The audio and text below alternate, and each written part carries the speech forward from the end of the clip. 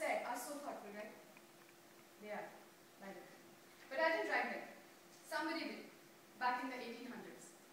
These lines are from the famous novel Pride and Prejudice, written by eminent author Jane Austen. The book was published in the year 1813, and since its publication, it has sold 20 million copies worldwide in almost every language. The book has been adapted into multiple movies, teleseries, and theatre adaptations as well. Austenites all over the world, me included, are celebrating 200th year of the book. You might say, this is not the only book to have reached 200th year in publication. So what is all the big fuss about? True. There have been books who have reached a milestone, but none of the books have been celebrated like this one. Popularity of Pride and Prejudice is unparalleled. But then again, why? Let's dive deep to find it out. There are many authors who have written enchanting love stories. But when it comes to Jane Austen, she has immortalized romance. All of her illustrated work are epitome of eternal love stories, and Pride and Prejudice being the jewel to the crown. This novel sits next to the works by Shakespeare, Dickens, and Keats, and this fact in itself goes on to speak volumes about the impact the book has had over the years.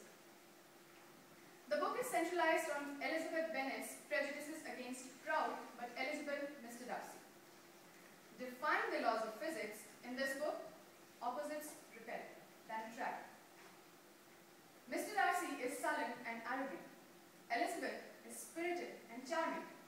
He is rich, she is poor. He is involuntarily, madly in love with her, and she can't just bear the sight of him. One of the most funniest, most dramatic, and my favorite part in the book is when Mr. Darcy proposes Elizabeth. And trust me, he does it with all the wrong words and in all the wrong ways he could have possibly done so. And that too when she had just found out that Mr. Darcy was the reason behind an abrupt end to a budding romance between her beloved sister Jane and his friend Mr. Bingley. What timing, Mr. Darcy. It won't come as a surprise that she squashes his massive pride by refusing to his proposal. And to win her back, he's forced to change, to be more polite and more gentle.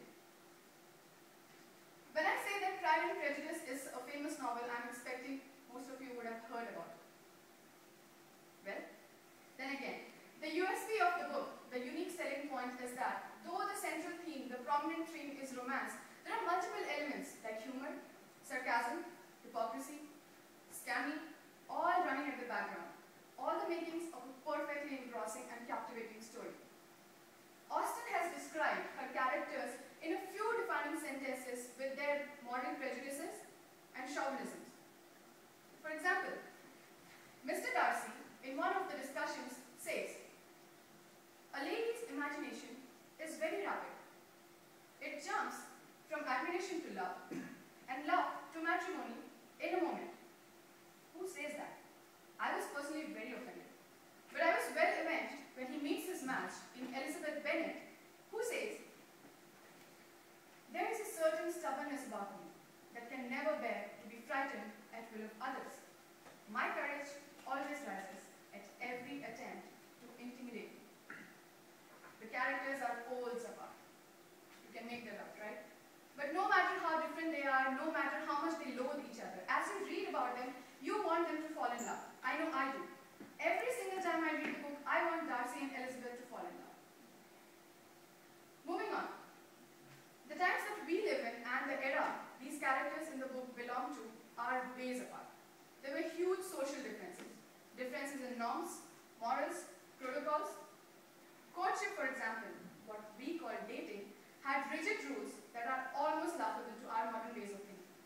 People used decorative languages.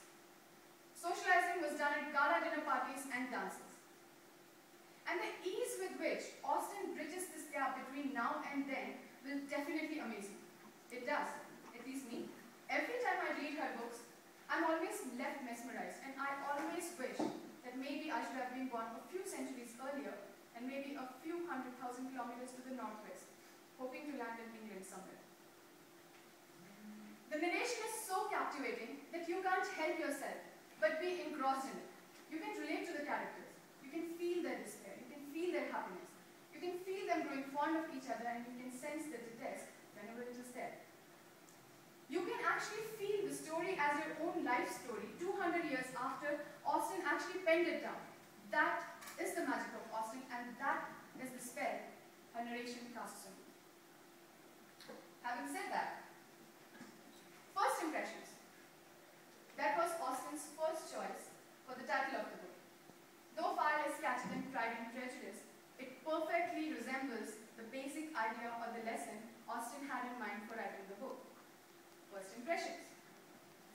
Austen said, first impressions are not everything, and they are mostly not correct. A good opinion lost once can in fact be recovered in time. And trust me, after knowing this fact, I can relate to the book better. Austen may have crafted her characters with a quill pen dipped in ink 200 years earlier. But the characters remain fresh, instantly recognizable, even after 2 centuries. Whether people read Pride and Prejudice on a print paper, on a Kindle, or any other future gadget, the love story